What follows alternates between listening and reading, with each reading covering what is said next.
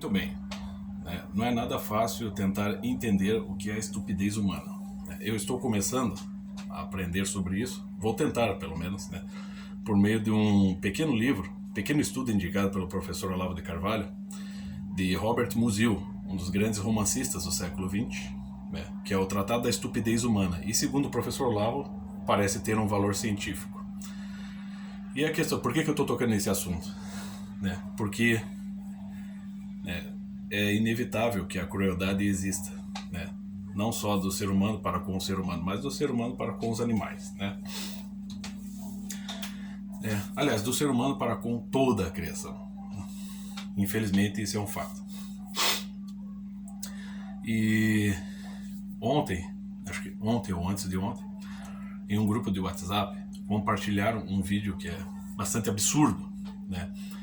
Em que alguém, um débil mental, né? Um marmanjo, né? Sem noção, prendeu a um rojão enorme, prendeu a este rojão um camundongo, um rato, né? Com fita adesiva. Eu nem vi o vídeo até o fim, né? Apenas ouvi aquela narrativa sádica, né? E excluí aquela coisa. Então, o que ele estava dizendo? Ele estava dizendo que finalmente ele capturou, né, o ratinho que estava, né, ali causando problemas na sua propriedade. Ok, a gente até entende que os ratos podem transmitir doenças. Nem todos os ratos transmitem doenças, né, para deixar bem claro. O rato, assim como todos os seres do ecossistema, né, no planeta Terra, né, eles não existem à toa, né, eles têm uma função determinada, né? Mas acidentalmente eles podem transmitir doenças, porque tem muita gente que tem ratos de estimação e esses ratos não transmitem doenças. Então, dependendo do local e do momento, né, do modo como são tratados, eles não transmitem doenças. Mas geralmente ratos assim, que vivem no perímetro urbano, que vivem em esgoto, transmitem doenças, né? Então é claro que muitas vezes é necessário exterminá-los para que maiores problemas não surjam em termos de saúde pública. Ok, né? Se entende isso, mas se entende também que isso não deve ser feito de forma cruel, né? Exterminar sem que se cause sofrimentos ao bicho. Por quê? Porque o bicho tem vísceras, ele tem nervos, né? Corre sangue pelas vezes, né? Então é claro que não é como diria aquele Bear Grylls, a sobrevivência não é nada bonita, mas a gente tem que tentar fazer o possível para que, né, não haja, né, desperdícios e sofrimentos à toa, né? Então o que aquele idiota estava fazendo? Ele estava simplesmente... Então ele prendeu o pobre do bichinho no rojão, né, com fita adesiva e ficou narrando o que ele ia fazer e o que ele provavelmente fez, né, porque eu não vi até o fim. Não acho necessário. Então... E você vê o bicho tremendo, o bicho está com medo. O bicho obviamente não está entendendo o que ele está falando, mas o bicho obviamente sabe que será aniquilado, né? Então você pensa na crueldade e na covardia. Quer dizer, há necessidade daquilo?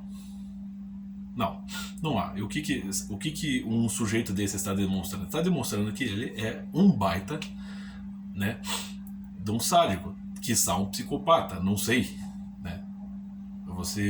Se você estuda um pouco a história da psiquiatria e a história de psicopatas, você vê que eles começavam geralmente maltratando animais. Você pega ali o conto do Edgar Allan Poe, Gato Preto, ou você pega o conto A Causa Secreta de Machado de Assis, você percebe isso, né?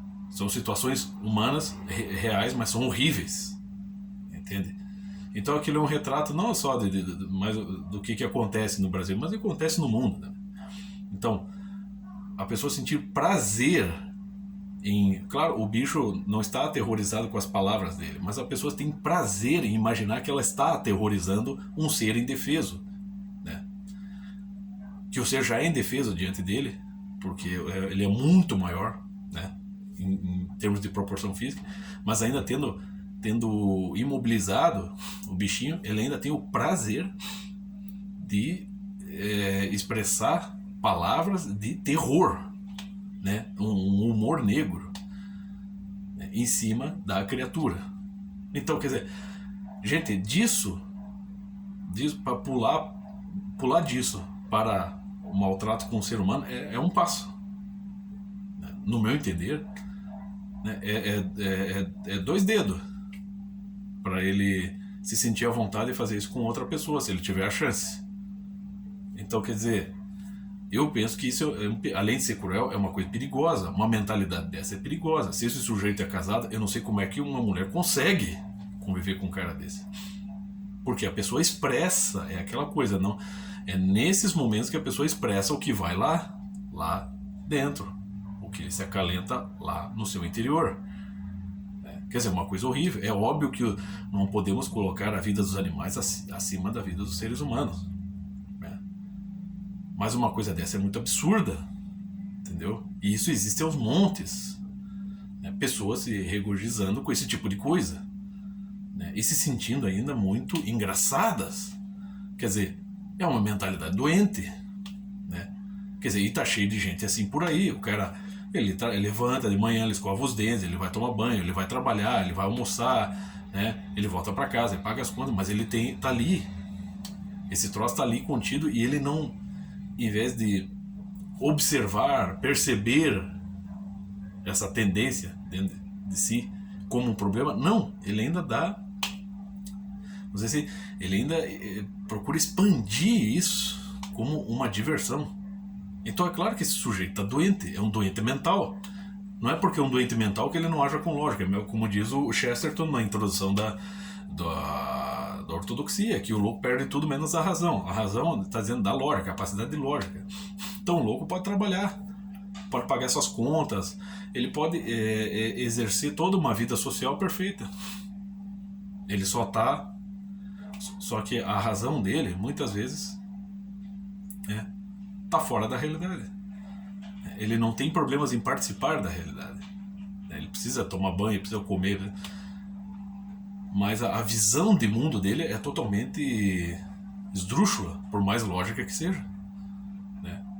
Então, atribuir esse tipo de coisa a um pobre animal, assim, vingar-se de um pobre animalzinho desta maneira, com requintes de crueldade, é obviamente uma coisa de doente mental.